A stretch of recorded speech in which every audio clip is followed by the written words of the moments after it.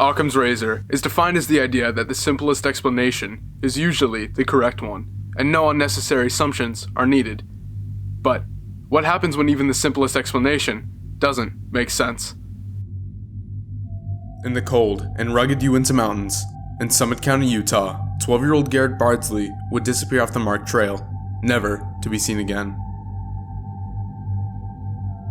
For 17 years, no evidence, no remains, and no leads has left his case cold, leaving us to ask, what happened to Garrett Bardsley?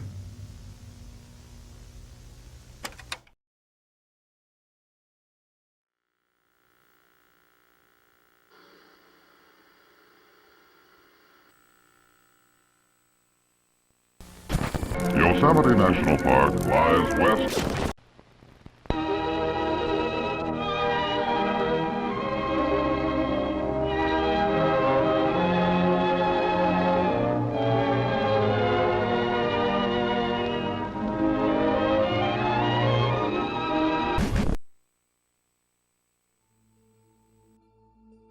Camping, s'mores, and the grill.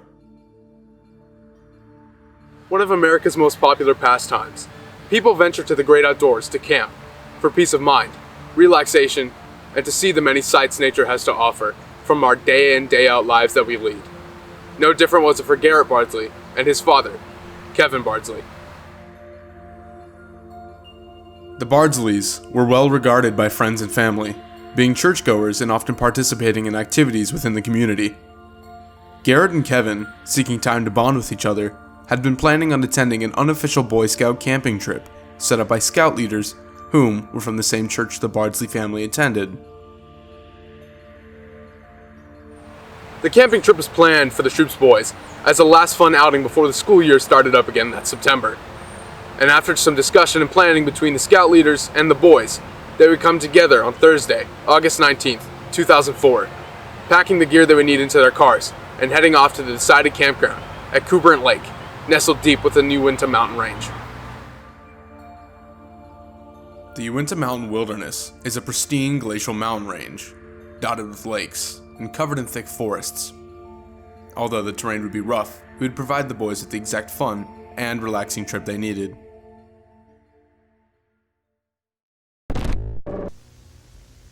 August 20th, 2004.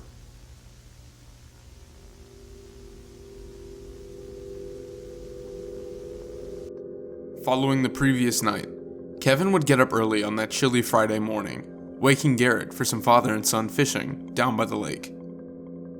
Getting up at around sunrise, the two would quietly walk together down to the lake edge, away from camp, fishing gear in hand.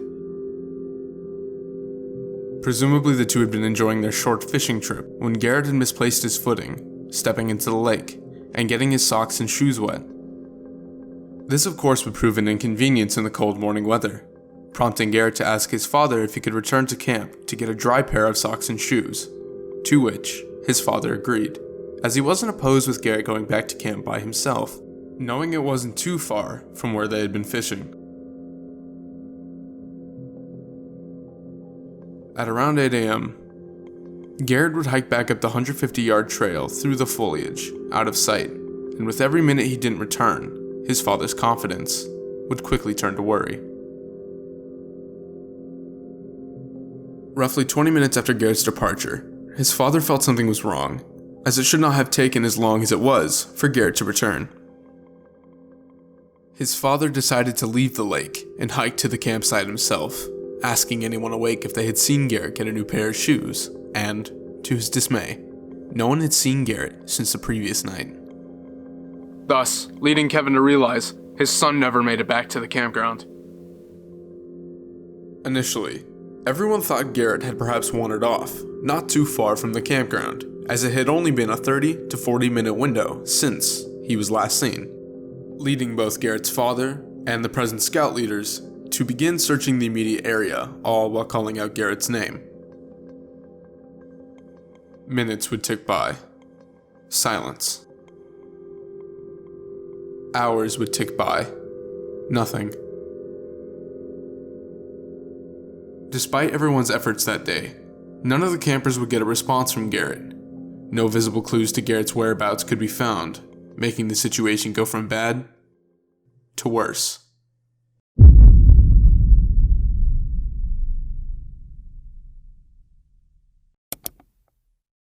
Daphne, search and rescue. Search and rescue. Search and rescue. To search and rescue, it's crucial to have eyes in the skies that can find people who need help and pull them out of trouble. It's invaluable. I mean, it saves us. It saves lives. In the following days, search and rescue would be called in shortly after the campers failed to find Garrett. Hundreds of volunteers, friends, and family would pour into the surrounding mountain wilderness to find the missing boy. A rescue helicopter was sent in, utilizing a spotlight and loudspeaker, while volunteers covered ground through boulder fields and dense forestry along the mountainside. Time was of the essence. If they didn't find Garrett soon, the elements would. As the week passed by, rain and freezing temperatures would sadly shift search efforts from a rescue operation into a recovery effort for Garrett's remains. Regardless, volunteers would continue to support the Bardsley family into the second weekend following the disappearance, still yielding no evidence of where Garrett's remains could be. With no updates or leads, Summit County would call off the official search the second Sunday in, ruling that Garrett had fallen victim to exposure. In the coming weeks, local news would cover Garrett's disappearance, with many giving their unending support to the Bardsley family. Search parties would continue to frequent Cooperant Lake, searching for physical traces of Garrett, and a memorial would be set up for him, taking place in November of that year, with Garrett's father and mother going on to set up the Garrett Bardsley Foundation, which helps organize search parties and resources to aid search and rescue operations. Forever in remembrance of Garrett. Many forum pages and podcasts still discuss the circumstances of the case and their own theories on what happened to Garrett, even 17 years later.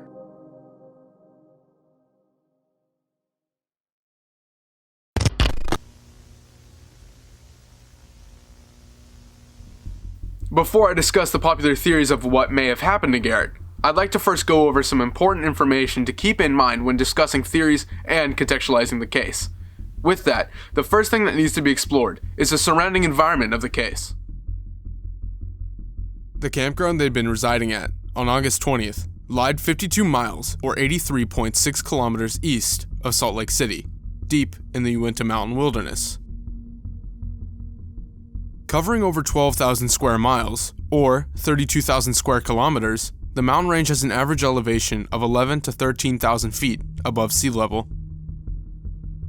The mountainsides are accompanied with over 1,000 lakes, boulder fields, and patches of thick forestry, with over 400 miles of streams cutting through the steep valleys, making the terrain rough and hard to navigate at times. Temperatures are fairly mild during the warmer months. However, snow, hail, and rain are frequent, and temperatures can get below freezing. Wildlife is abundant, with deer, moose, mountain lions, bears, and bighorn sheep populating the range. These factors make a rough, yet enjoyable experience for avid outdoorsmen, but can prove difficult for some casual outgoers. The next thing I would like to bring up is the distance from the lake edge where the Bardsleys had been fishing to the campground where the scouts were residing. The scouts' camp lied 450 feet, or 150 yards away from where the lake edge would be, being the equivalent length of 1.5 American football fields. Anywhere 150 yards away from the lake edge is the space where Garrett went missing. I find this personally confusing, as the distance is not too long of a walk for most anyone, and, although faintly, is still within earshot of anyone from the campground or the lake edge. And the last point of information I want to cover is a possible sock found that may have belonged to Garrett.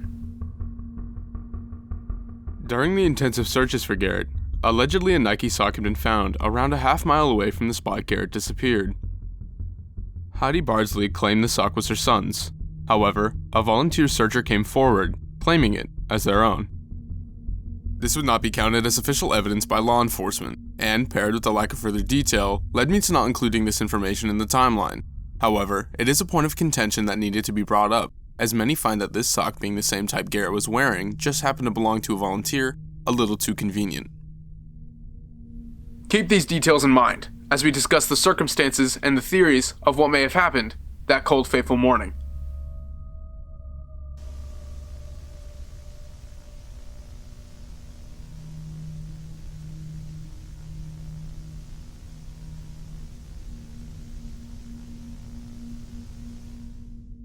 This is the theory law enforcement decided to put forward, and it concludes that Garrett had wandered off the trail whilst hiking back up to the campground, most likely further wandering when trying to find his way back, inevitably leading him further away from the marked path, and into the rough and rocky terrain.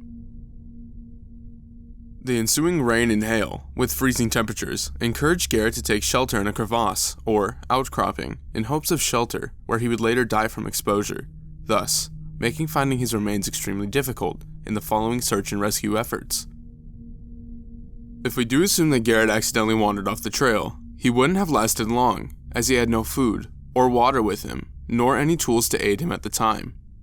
When he was last seen, he had no accessories, wearing a black sweatshirt, sweatpants, a white tee, and Converse sneakers, which would not only easily prove insufficient in the below freezing temperatures and rain, but would prove as a detriment to search parties, as Garrett had so little with him to be left behind. Another way many have rethought the official theory is that Garrett may have drowned in the surrounding bodies of water to Coubrant Lake.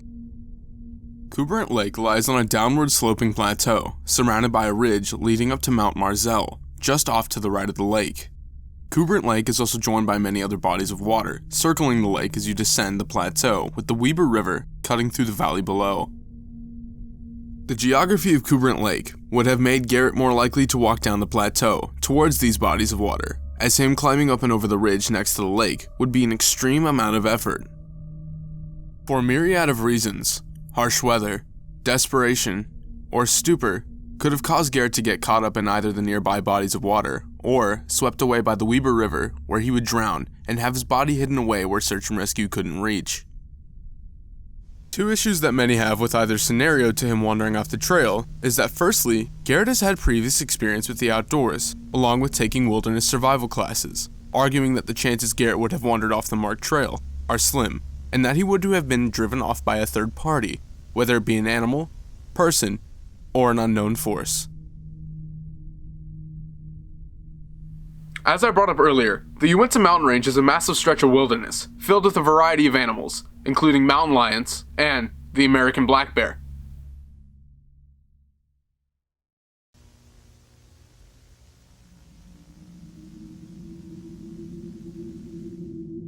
Historical records show that attacks from man-eaters are increasingly rare, however they are still prevalent within North America, and the same is true for the mountain lion.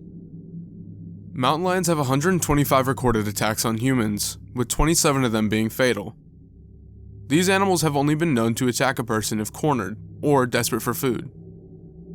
If a person finds themselves outdoors alone, they are more vulnerable to an attack from a mountain lion, especially if they are a child.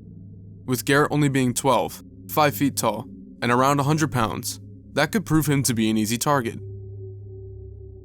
Mountain lions hunt throughout the night, up into the early hours of the morning, which lines up with the time Garrett would have been alone on the trail. While on his hike back, Garrett could have been stalked by a desperate cougar, or alternatively made it along the trail, spooking the animal, killing him, and dragging his remains far off. Later being consumed, and having any leftover remains scavenged, leaving virtually nothing behind for anyone to find. As well as mountain lions, black bear attacks are just as rare. However, they can be provoked for predatory, territorial, and protective reasons. A starving or aggressive black bear could have seen Garrett as easy prey, scattering his remains off trail, picked apart by scavengers, making it impossible for search and rescue to find remains within the coming weeks. Although this theory explains away many of the questions we have, it brings up just as many problems. If Garrett was to be mauled by a wild animal, he would have likely called for help, or made some sort of noise that would have been heard by the other scouts and his father, to which no one reported. And with officials finding no blood, no shredded clothing in the surrounding area, or signs of a physical struggle on the trail, it makes it an attack far less likely to have occurred. Regardless of these facts, it's a strong possibility we cannot rule out. And finally, this brings us to our last theory, the abduction and kidnapping of Garrett Bardsley.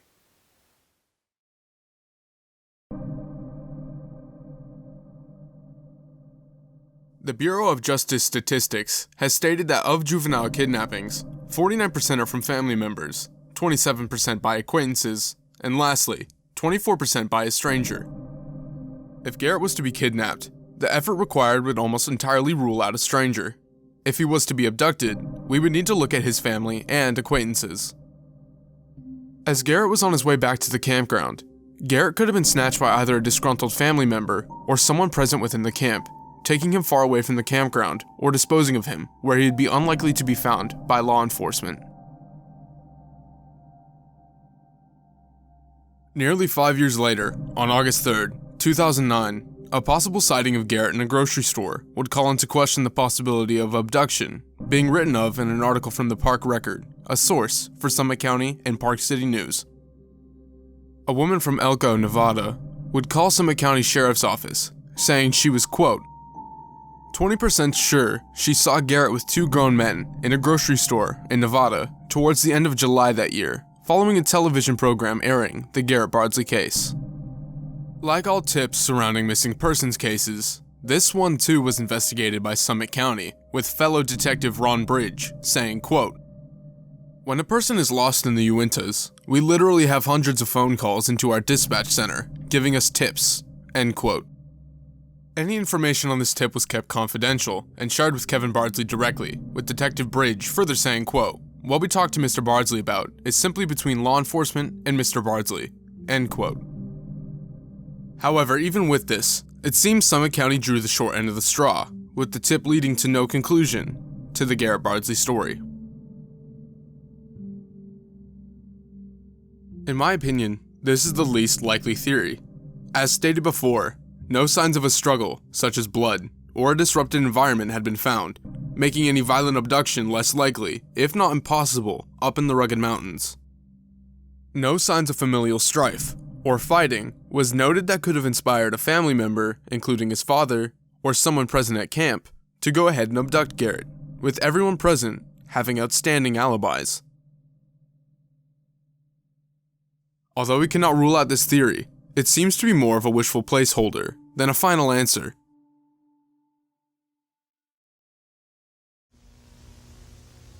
Ambiguous loss is defined as a loss to an individual or a family that has no closure or clear understanding. It holds a tight grip on families affected by loss like Garrett, changing people and relationships, causing self-isolation, a near constant emotional roller coaster. Garrett Bardsley's case is a confusing one, with many loose ends and infinite possibilities of what-ifs. As time has gone on, many have begun delving into the unorthodox to help find an answer, from Bigfoot to aliens, even to vengeful spirits. Without any remains, any evidence, or any witnesses, this is as far as we can go. Speculation.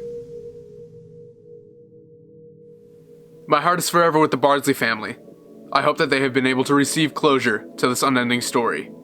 And I hope that somehow, somewhere, Garrett has found himself in a better place.